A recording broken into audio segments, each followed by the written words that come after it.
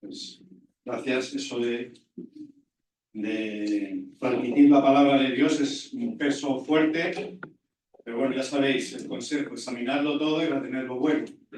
Evidentemente lo que estamos aquí es lo que tratamos, pero somos humanos y venimos con nuestras cosas. Muy bien. Bueno, empiezo con una pregunta que no es pregunta trampa, ¿vale? Ni hay respuesta acertada. ¿Qué periodo de la historia, sí que haya durado varios días, visitarías si te pudieras trasladar en el tiempo para estar presente como espectador? Es decir, a lo mejor dices, ay, a mí el tema de la Segunda Guerra Mundial me encanta, me iría a 1944 y estaría los 5 días que duró el desembarco de Normandía desde la barrera, eso sí, no sé, que no es pregunta trampa, ¿eh? ¿A qué días os gustaría trasladaros si tuvierais aquí el DeLorean de Regreso al Futuro? Pero como veis, yo me hago preguntas que el resto de la gente a lo mejor no se suele hacer. No pasa nada. A mí siempre me ha gustado la época de la colonización de América. Sí. La de la bandera, todo aquello que había. Esa etapa me había gustado, creo.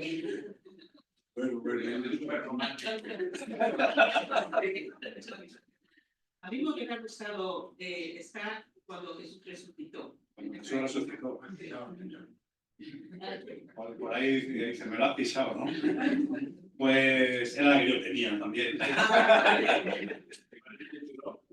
¿Eh? ¿Vale el futuro? Venga, va.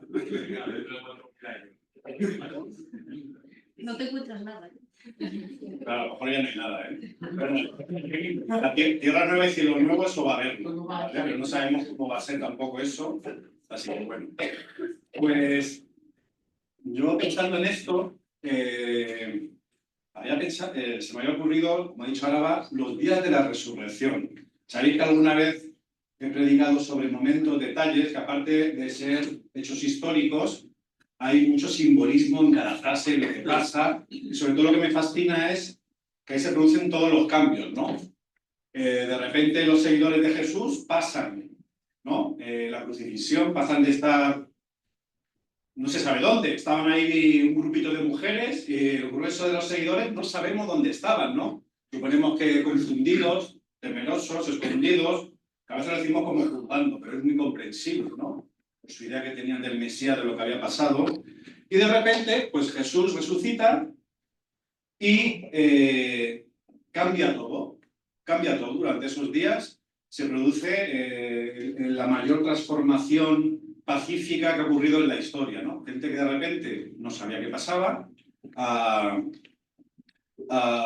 pues eso, a los cambios más radicales e importantes, dando comienzo realmente a la Iglesia como un organismo ya vivo bajo la guía del Espíritu Santo.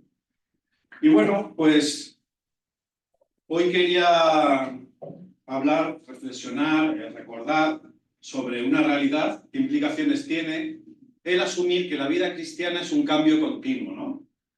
Miguel ha hablado, tú eres un Dios de cambios, ¿no? Esta mañana y, bueno, pues esto, ¿qué significa, no? Algunas píldoras. Y me gustaría comenzar pues desde el momento mismo de la conversión, ¿no? Porque creo comienzan los cambios en la conversión como punto de partida. Creo que a veces entre nosotros, o algunas personas, o yo mismo, podemos enfocar la conversión de una forma muy reduccionista, como si simplemente fuera, o como básicamente si fuera el paso de pasar de la condenación a la salvación en un sentido de que, venga, ya tenemos el billete para ir al cielo, que es lo importante. Y aunque no decimos que lo que viene a partir de entonces no es importante, pero podemos dejar la sensación como, bueno, lo importante es ese momento y ya el resto no es tan importante, ¿no? E indirectamente quitarle un poquito de valor porque nos centramos mucho en ese punto como algo estático, ¿no? Eso es lo importante, por supuesto, es lo importante. Pero creo que en el Evangelio, y esto sería también para otro tema, cuando se habla de la salvación es mucho más que el paso al cielo. Es parte de ello. De hecho, además, si lo miramos despacio, no se habla mucho del cielo en el Nuevo Testamento. Se habla de los efectos que la salvación está produciendo con esa esperanza en el cielo, pero que está produciendo ya en la tierra, entre nosotros. Ese es básicamente lo que vemos en las cartas, en el Nuevo Testamento, el énfasis de lo que la salvación va a ir ya produciendo en nosotros aquí, ¿no? Y la conversión da comienzo al propósito porque va a producir los efectos del reino, que ya se ha acercado. Jesús continuamente está hablando del reino, ¿no? Que ya se ha acercado y que entra no solo dentro de mí, sino que a través de mí produce cambios comunitarios alrededor, ¿vale? Esto es realmente el sentido amplio y bíblico de salvación. El momento inicial es solo una parte, ¿vale? Y bueno, como ya digo, no es un acontecimiento tan estático como a veces lo pintamos. Yo al menos quizá tengo esa percepción y por eso quería traerlo aquí, ¿no? Y en nuestra cultura cristiana, pues es probable, es común, que si alguien dice, oye, yo quiero ser cristiano, es un procedimiento típico que es, pues mira, repite conmigo esta oración para recibir a Jesús como tu Señor y Salvador, ¿no? Y no digo que esto esté mal, hay muchas cosas que hacemos que son prácticas, ayudan, incluso aunque no estén así registradas como tal en las Escrituras. Pero lo que vemos en los Evangelios, ¿no? Cómo comienza uno a ser cristiano, sobre todo en Jesús, vemos que él más de 20 veces, de manera directa o indirecta, no invita a repetir que se haga una oración, ¿vale? Eso es una cosa, ya digo que, no digo que esté mal, pero que es un poco nuestro, no está en las Escrituras. Y Jesús lo que dice es, ven y sígueme. O sea, el comienzo de todo, y por eso también el simbolismo de Jesús y otro camino de Jerusalén, o sea, en el camino está el mensaje, es el ven y sígueme. Todo comienza con el seguimiento. Y además, fijaos, el tema de hoy, ¿no? Como digo, es la vida cristiana son cambios continuos que comienzan, valga la redundancia, del principio. Y Jesús usa además dos verbos y que son de movimiento, ¿no? Son 3 palabras y 2 verbos de movimiento. Ven y sígueme. No es para quedarse quieto. Y lo que nos convierte en discípulos es reaccionar positivamente a esta llamada. ¿Vale? Esto es básicamente como comienza el seguimiento de Jesús en los Evangelios y en la vida, ¿no? Un llamado a seguirle. Y bueno, la vida cristiana está en movimiento, en cambio continuo. De hecho, cuando Jesús se va, lo que llega es el Espíritu Santo. Que la palabra espíritu, ¿vale? Ya es la palabra neuma, que significa también viento, ¿no? Los neumáticos que están llenos de ese aire, más que se están rodando en continuo movimiento, ya nos habla de que la guía que vamos a tener es algo dinámico. O sea, el viento no es algo estático, es justo lo contrario, ¿no? Incluso en toda esta nomenclatura hay siempre esta simbología de que las personas, que dependiendo de la personalidad, pero que en general somos reacios a los cambios, lo que nos viene a decir el nacimiento en Cristo es que aquí va a haber cambios todo el rato y que van a ser cambios para nuestro bien, ¿vale? Las dos cosas. Aunque a veces no nos guste y nos cueste, pero que va a haber, o sea, y los hay ahora y los seguirá habiendo. Y el contexto no solamente cambia la vida cristiana, sino que la vida en general, los procesos, desde que nacemos, todo está cambiando, es que todo cambia, ¿vale? Y es muy importante asumir esta realidad, aunque a veces nos cueste, como digo. Ahora nos estaba hablando del Antiguo Testamento, de lo que significaban los sacrificios, etc. Si nos damos cuenta, ya solamente leyendo el Antiguo Testamento y el Nuevo, nos dice todo absolutamente, me imagino que lo habréis notado, que ha cambiado absolutamente todo. Ha cambiado todo el paradigma, ¿no? Ahora de repente pasan el pueblo de Dios pasa de vivir sobre la teocracia israelita bajo Yahvé, que les dicta los designios, etc. Y ahora pasan a ser parte de otra situación, los creyentes, ¿no? Están bajo el Imperio Romano,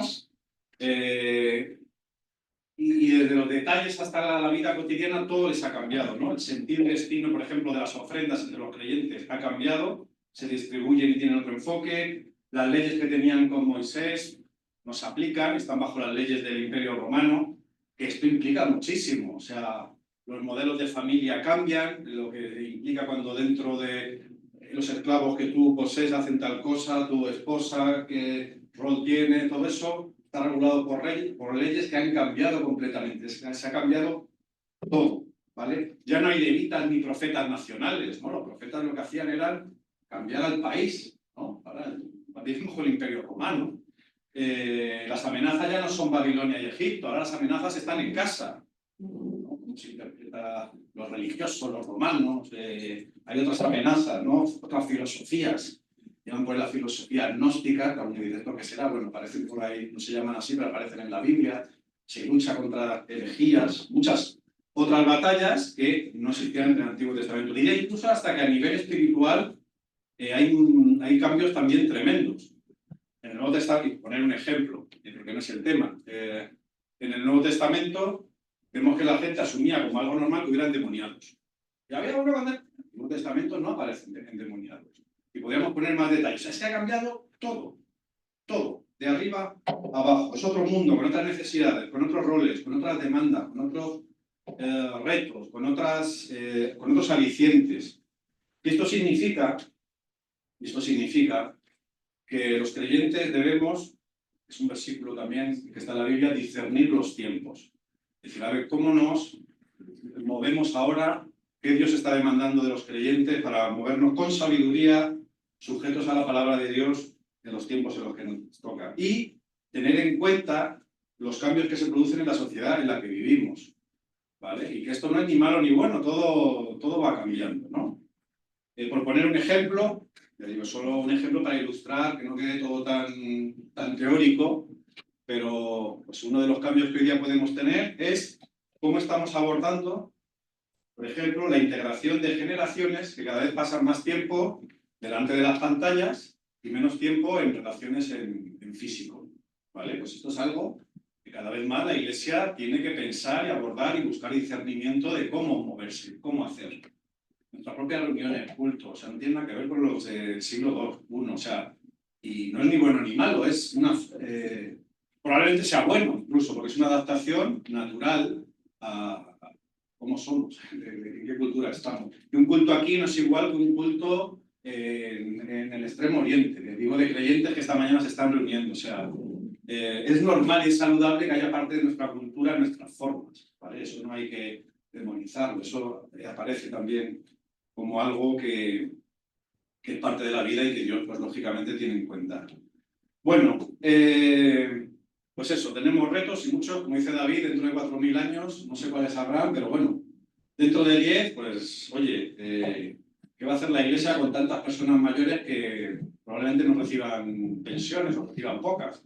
Eso tenemos que ir pensando. Además me conviene a mí porque cuando me jubile a ver qué va a pasar aquí, qué hacemos entre todos. Bueno, pero son retos reales, importantes y que sobre todo hay que estar muy atentos porque la Iglesia ha sido pionera en muchos cambios a lo largo de la historia, ¿no? Derechos de la mujer, esclavitud, hay papel de los cristianos relevante, pero también ha habido otras cosas, sobre todo creo que en los últimos años que llegamos un poco tarde.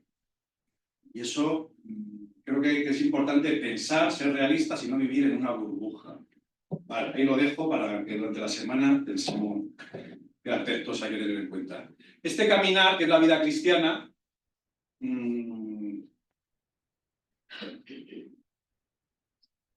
sé lo que voy a decir es muy de perogrullo, pero a veces no tener esto del todo claro puede ser motivo de, o tener, mejor dicho, positivo. Tener esto claro puede evitar ciertas fricciones, puede mejorar el entendimiento, el saber que todos tenemos un camino individual detrás del Señor, ¿vale?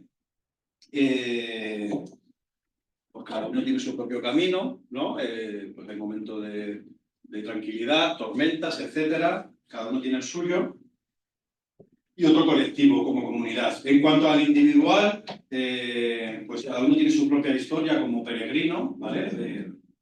El cristianismo, fijaos que en el Nuevo Testamento se les llamaba a los cristianos los del camino, ¿vale? Aparece ahí. ¿Quién eran estos? ¿Los evangélicos? No, no eran evangélicos, porque todavía los evangelios están ahí por escribirse, eran los del camino, ¿vale? Entonces, eso ya dice mucho de lo que significa, ¿vale? Lo digo porque, insisto, dinamismo, el camino siempre está en movimiento.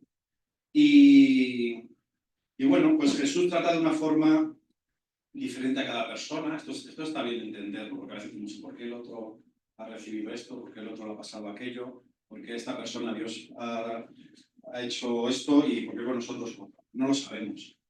Pero también de manera simbólica, aparte de ser hechos históricos, lo vemos también mucho en Jesús cuando sana, ¿no? Es curioso que cada persona sana de manera diferente a uno le hace saliva del suelo, agachándose y poniéndoselo a la vista, a otro le dice una frase, a otro le dice, ¿cómo conseguiré la vida eterna? A ese le dice, pues tienes que vender todo y dárselo a los pobres. A otro no le dice eso, ¿no? A una señora que llega con fe auténtica, pero a la vez, pues como una señora de su tiempo, con ciertos elementos de superstición en su cabeza, pues dice, yo sé que si toco tu manto seré sanada, ¿no? Y Jesús no le dice, tu teología está ahí, esto no va de tocar ropas, ¿eh? Esto va de... Pues no, Jesús ve su fe y dice, tu fe te ha salvado, ¿no? No la corrige. O sea, a mí son escenas que me encantan porque Dios conoce de dónde viene, de dónde está cada uno, y así sigue siendo esto hoy día, ¿no? Y esto, pues, como digo, no debemos comparar nuestras experiencias e historias cristianas con la de otros. Y bueno, dentro de ese caminar individual, estoy en la parte de que nos toca el camino individual y pensar en esto y asumir ciertas cosas, porque ya se saben, ¿no? Pues esto es un poco lo que Marjan ha contado en su testimonio. Quizá tu momento ahora, ¿vale? Cada uno va por donde va, tu momento ahora sea para parar de cierto activismo y descansar. O sea, que lo que ha contado es lo que yo quería contar, así que no me voy a alargar. Y bueno, pues Jesús, hay una escena, para quien no lo conozca, pues que Jesús llega a un pueblo y le recogen y le atienden hay más personas, pero le atienden dos mujeres, Marta y María. Marta está ahí para que Jesús esté como haciendo las cosas, la comida y tal, y María está pues al pie de Jesús, disfrutando con él, de su presencia. Y aquí Marta le dice a Jesús, pero bueno, dile algo a esta señora que está aquí en plan vaga, aquí sentada, escuchándote aquí la Buti. La Buti es una frase que se usaba cuando era joven. Aquí la Buti, muy bien, esto es antiguo, a lo mejor lo saben, sí. Y está muy bien, pero oye, que se ponga aquí a trabajar, a hacer cosas. Y Jesús le dice, mira, ahora el momento de ella es estar aquí y lo que está haciendo es lo que hay que hacer, estar tranquila y estar conmigo. Es un poco lo que el señor Marjan pues, te dijo a ti, ¿no? Y bueno, pues a lo mejor te puede tocar ese momento de no estar saturado, o quizá tu momento pueda ser justo al revés, ¿vale? Decía Marjan que a ella le costaba lo de amar el sofá. Yo creo que lo que más domina es lo contrario, que a lo mejor amamos demasiado el sofá, no lo sé si es tendencia dominante, pero puede ser nuestro caso, que estoy diciendo, bueno, yo creo que ya hay mucho Netflix y mucho sofá, y es un ejemplo como otro cualquiera, ¿no? Esta es otra María, la que hablaba de Marías, no sé si esta es la imagen real de María Magdalena, probablemente no, ¿vale? Pero María Magdalena, bueno, ahí está el texto, Juan 20, 11, 18, además lo dice. La tradición, los evangelios no dicen tanto de ella, pero la tradición habla de una persona súper cercana a Jesús, que estaba con él, claro, que ha sido librada de 7 demonios, precisamente, ¿no? Y que, bueno, pues ahora pasaba su tiempo pues, a los pies, en el regazo de Jesús, recibiendo pues ese consuelo y aceptación que no había tenido. Pero es curioso que cuando, ya digo, hablamos de la resurrección, que hay detalles simbólicos muy, muy interesantes, y cuando llega María Magdalena a la tumba, Jesús aparece y dice una frase rarísima, ¿vale? Pero como está en la Biblia, se puede comentar, que dice, no me toques. ¿No? Digo que es rarísima porque luego Tomás sí que le toca antes de ascender a los cielos, pero ella dice, no me toques, ¿no?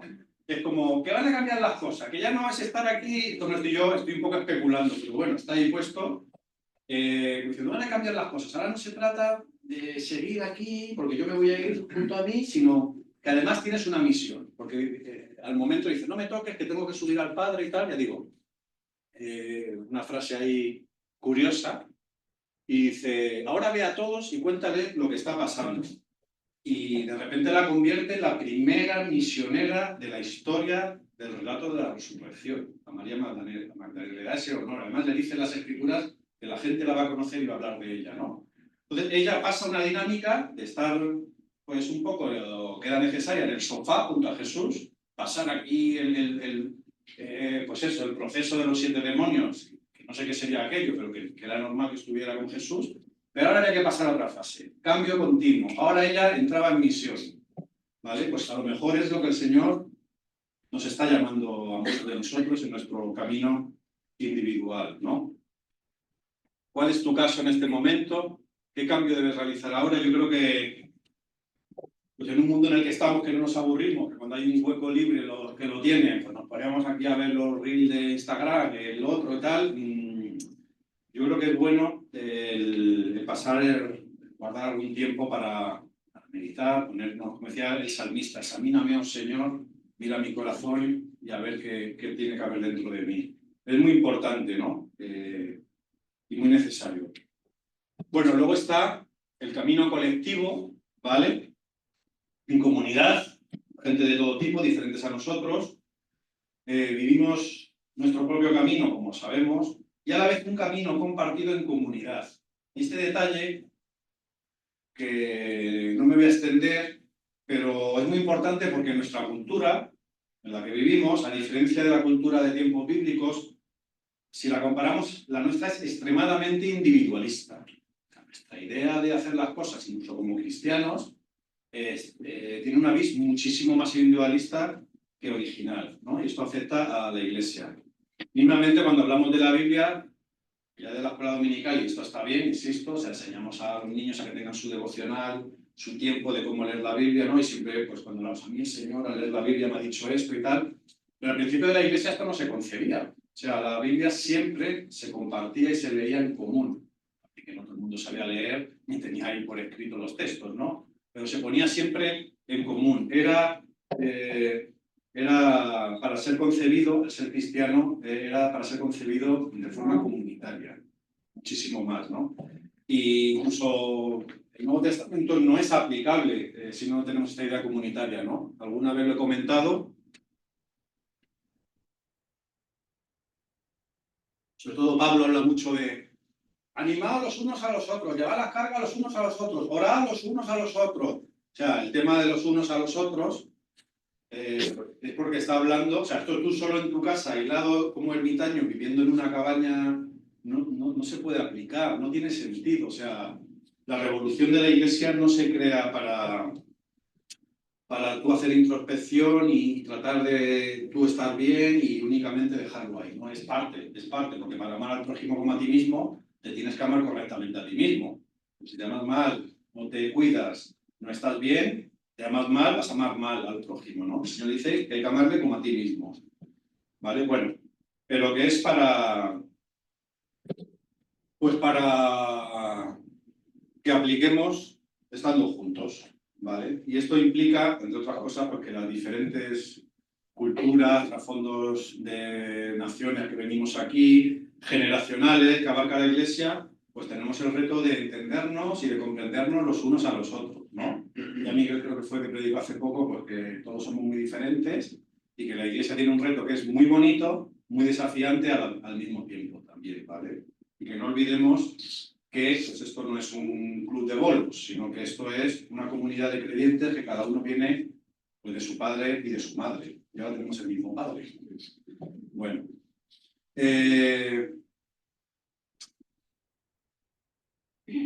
Mirada al presente y al futuro. Hay un texto de hace ya miles de años de Eclesiastés, que es que ya no lo dice, ¿no? Nunca digas cuál es la causa de que los tiempos pasados fueron mejores que estos, porque nunca de esto preguntarás con sabiduría. Es curioso que casi todas las generaciones piensen que en sus tiempos las cosas eran mejores. Y esto ya alguien lo escribió hace, pues eso, más de 2000, casi acercándose a 3000 años, ¿no? La idea como cristiano es mirar siempre al futuro y que no malgastemos demasiada energía tratando de que las cosas vuelvan a ser como antes, porque muchas de las cosas no van a ser como antes, tanto en lo individual como en lo colectivo. Esto ha sido siempre así y seguirá siendo así. Pero hay una frase que no sé de quién es, no es mía, pero que me gustó. Cuando nos aferramos al ayer, nuestros brazos dejan de estar libres para abrazar el hoy y el mañana. Y puesto en texto bíblico, dice la palabra, Hebreos 12, del 1 al 2, versión traducción al lenguaje actual, estamos rodeados de personas que están a nuestro alrededor como testigos, es decir, no estamos solos. Por eso debemos dejar de lado el pecado, que es un estorbo, pues la vida es una carrera que exige resistencia. Pongamos toda nuestra atención en Jesús, pues de Él viene nuestra confianza. Y Él es quien hace que confiemos cada vez más y mejor. Esto es para grabarlo esta semana, os lo aconsejo cada mañana releerlo y bueno, pues yo ya he terminado, pero como yo